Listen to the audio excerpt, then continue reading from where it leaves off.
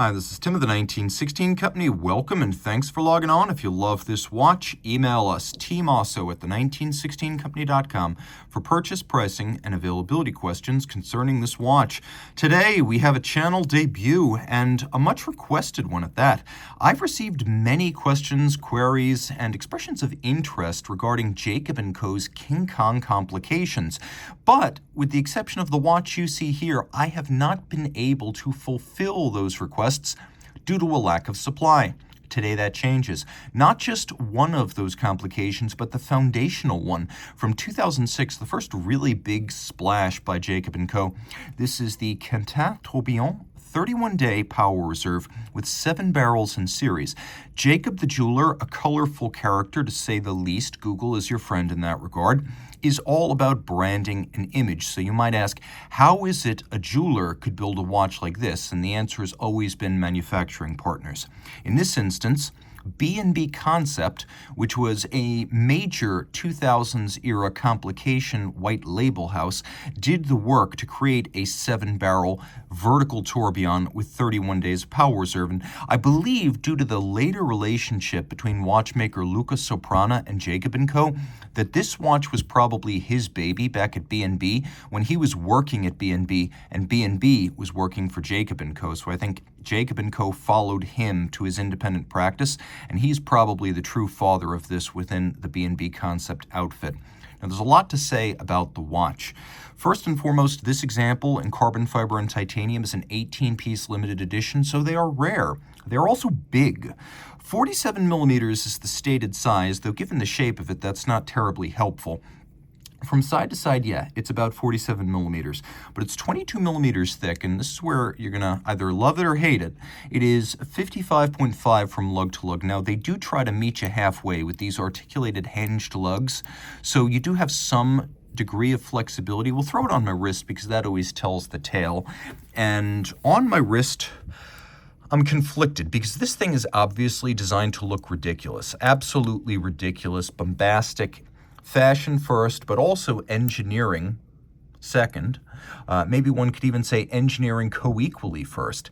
This watch promises a lot, and it also delivers a lot. So unlike a lot of watches that are simply obnoxiously large, this one is actually purposefully large. I don't think you could put all that power and complexity inside a smaller case. And on my wrist, which is 16 centimeters in circumference, the further I get from the camera, the more I start to feel like this is just how it looks. It's not supposed to be proportional. It's definitely not supposed to be discreet. No, it will never fit underneath the cuff, but you don't buy a watch like this because you want it to disappear. And happily, for something that is a branding effort by a jeweler, there isn't a gem to be seen. Now, there were gem set versions of this model, but that's not what we've got right here. So let us take a quick look. I'm going to collapse the clasp now and put this watch on my wrist full time. I think my stupid little tag has seized it in place. You got to be careful with these little tags right here. Sometimes they will grip the clasps. So we'll move that out of the way so it doesn't jam the clasp again. Okay. Taking a look at the strap. It's relatively thick. It is a pre-scored strap where you can cut it to length, and we will do that for you. We will make sure there's a fit. Jacob & Co. branding, and perhaps just as fascinating, we have individual numbering on the clasp. The Quenttin, of course, number 6 of this 18-piece edition. The vertical tourbillon on the side features the Jacob & Co. logo on it. It's a flying tourbillon with no upper bridge to block your view of the works. And it is a 1-minute tourbillon, so it effectively acts as the seconds hand for the watch. This is a 3 Hertz beat rate, so 21,600 vibrations per hour. Up at the top, we have the 7 barrels, and the way this works is you've got a little crown that allows you to wind them manually. Now, this is interesting because the Hublot, La Ferrari, is a 31-day power reserve that requires a power tool to set it. This can be manually wound, but the watch also comes with a special box that includes a watch winder built specifically for this manual wind watch, which is why we have a little Torx socket on the flank of the winding crown. You actually put it in the box, you interlock the two components, the winder and the watch, and it will remain wound. That is why this boxed set is as crazy as the watch itself. Now on the other side, you have another little crown that can be used for setting.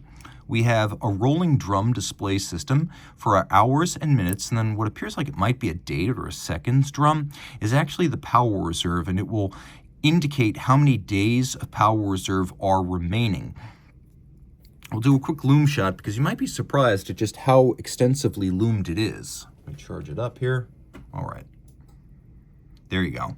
So you've got all three of the primary scales, and Jacob will not allow you to forget who paid for this design. It's 30 meters water resistant, which is admirable for something so complex, but it's still not aquatic. Don't take it swimming.